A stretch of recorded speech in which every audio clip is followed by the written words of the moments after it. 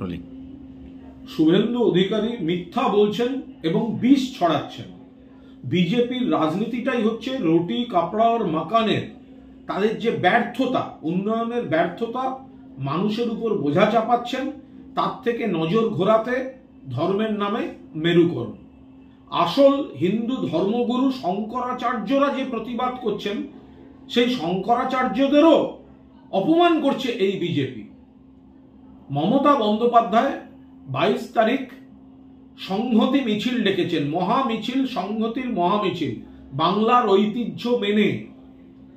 তাকে যেভাবে কলুষিত করার চেষ্টা করছে এই গুজরাট, এই দিল্লি এবং ভারতবর্ষের বিভিন্ন জায়গায় অপ্রীতিকর ঘটনার যারা নায়ক, আর বাংলা শান্তির জায়গা, সম্প্রীতির জায়গা, সংহতির জায়গা, বাংলা উন্নয়নে বিশ্বাস করে, বাংলা মনে করে, মমতা বন্দ্যোপাধ্যায় মনে করেন ধর্ম যার যার, উৎসব সবার, আর উন্নয়ন গোটা সমাজের। সেই জায়গায় বিষ ঢালার জন্য প্ররোচনা দিচ্ছে শুভেন্দু অধিকারী। আমি পুলিশ প্রশাসনকে অনুরোধ করব, এই প্ররোচনাদাতার উপর কড়া নজর রাখুন, দরকার হলে ব্যবস্থা নিন।